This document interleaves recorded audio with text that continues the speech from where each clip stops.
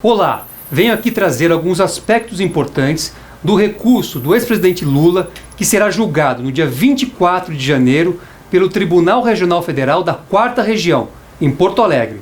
Primeiro aspecto, competência. Os procuradores escolheram o juiz Sérgio Moro como juiz da causa, mediante a afirmação, na denúncia, de que o triplex teria sido pago com base em recursos provenientes de 3 contratos específicos firmados entre a construtora OAS e a Petrobras. Nós, da defesa, sempre mostramos que não havia nenhuma prova de que valores da Petrobras estavam envolvidos no caso e pedimos para que a ação penal fosse distribuída para um juiz de Brasília ou do Guarujá. Veja, no entanto, o que disse o próprio juiz Sérgio Moro ao julgar os nossos embargos de declaração. Este juízo jamais afirmou, na sentença ou em lugar algum, que valores obtidos pela construtora OAS nos contratos com a Petrobras foram utilizados para pagamento de vantagem indevida para o ex-presidente. Essa afirmação é do próprio juiz Moro e deveria gerar 2 consequências jurídicas.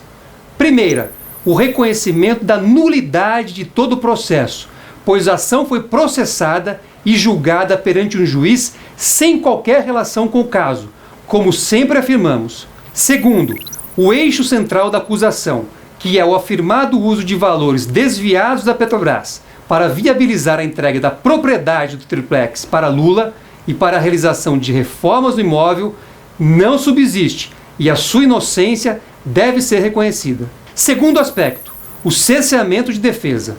O juiz Sérgio Moro negou à defesa de Lula a realização de provas durante a ação. Dentre as provas requeridas e negadas está a realização de prova pericial contábil financeira com base no artigo 158 do Código de Processo Penal para verificar, primeiro, de quem é a propriedade do apartamento triplex e segundo, se este apartamento está vinculado a operações financeiras com um fundo gerido pela Caixa Econômica Federal. É preciso lembrar que durante a ação demonstramos, com base em documentos, que este apartamento foi dado em garantia pela OAS a uma operação financeira realizada com um fundo da Caixa Econômica Federal. E a OAS, em razão disso, somente poderia dar este imóvel a alguém se tivesse feito o pagamento do valor correspondente em uma conta específica da Caixa Econômica Federal, o que jamais ocorreu. A negativa dessa prova é outra situação que deverá motivar o reconhecimento da nulidade do processo, pois em toda acusação que envolve crimes que deixam vestígios, é fundamental a realização da prova pericial, que eu repito, foi negada nesta ação penal. Terceiro aspecto, condenação com base em versão criada pelo juiz. A condenação do ex-presidente Lula está baseada em versões diferentes daquelas que constam na denúncia e sobre as quais o ex-presidente Lula se defendeu ao longo da ação penal. Vejamos, qual a questão central da denúncia? A de que vantagens indevidas provenientes de 3 contratos específicos firmados entre a construtora OAS e a Petrobras teriam sido dirigidas ao ex-presidente Lula. O próprio juiz Sérgio Moro havia afirmado no início da ação que o objeto da denúncia é determinado e relativo a 3 contratos.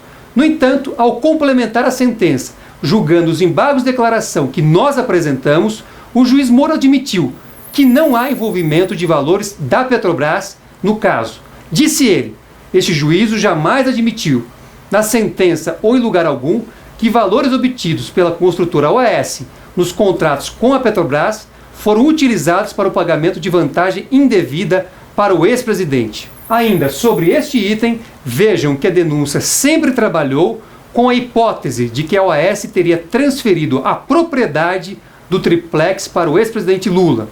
Diz a denúncia, os valores utilizados pela OAS para transferir a propriedade da cobertura triplex 164A do condomínio Solares para Lula e Marisa Letícia advieram de recursos públicos auferidos ilicitamente pela consultora OAS em contratos firmados com a administração pública, incluindo a Petrobras. A sentença, no entanto, sai totalmente desse trilho. Diz que o apartamento 164A teria sido atribuído ao ex-presidente Lula. O que significa atribuir um apartamento a alguém? Essa situação jamais foi discutida na ação penal e sequer faz parte da própria situação relativa à propriedade. O juiz, portanto, usou de uma versão absolutamente diferente daquela que foi apresentada pelo Ministério Público na denúncia. E essa também é uma situação apta a gerar a nulidade de todo o processo. Quarto aspecto, a ausência da prova da culpa e descarte da prova da inocência. O ex-presidente Lula foi condenado pelos crimes de corrupção passiva e lavagem de dinheiro. Para que essa condenação fosse possível juridicamente, o juiz deveria ter demonstrado na sentença, o que não ocorreu, que, primeiro, Lula, na condição de funcionário público, ou seja, de presidente da República, teria praticado ou deixado de praticar atos específicos para beneficiar a construtora OAS e, contrapartida, teria solicitado e recebido a propriedade de um apartamento triplex, além de reformas feitas nesse imóvel. Segundo, que valores utilizados para pagamento das vantagens indevidas, ou seja, do triplex e da reforma, seriam provenientes de 3 contratos específicos firmados entre a OAS e a Petrobras. E terceiro, que Lula teria conhecimento de que recursos utilizados na compra do triplex e na sua reforma teriam origem ilícita e ele teria atuado para mascarar essa situação e dar contornos de legalidade. A própria sentença, no entanto, permite afastar todas essas hipóteses, o que significa afastar os próprios crimes atribuídos a Lula, pois não identifica qualquer ato da competência do presidente da República, o chamado ato de ofício, que tenha sido praticado por Lula em favor da construtora OAS. Segundo a sentença, os atos seriam indeterminados. Como alguém pode ser condenado com base em atos indeterminados? Segundo, a sentença afasta expressamente a hipótese de que valores provenientes de contratos entre a OAS e a Petrobras tenham sido dirigidos a Lula.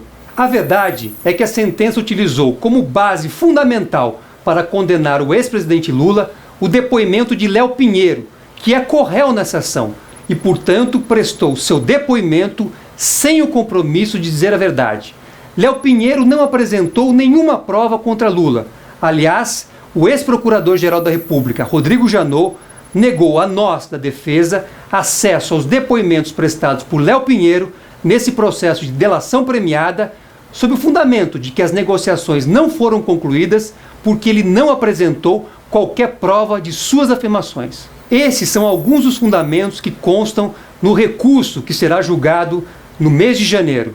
A verdade é que o único resultado possível é o reconhecimento da inocência do ex-presidente Lula e do caráter ilegítimo do processo.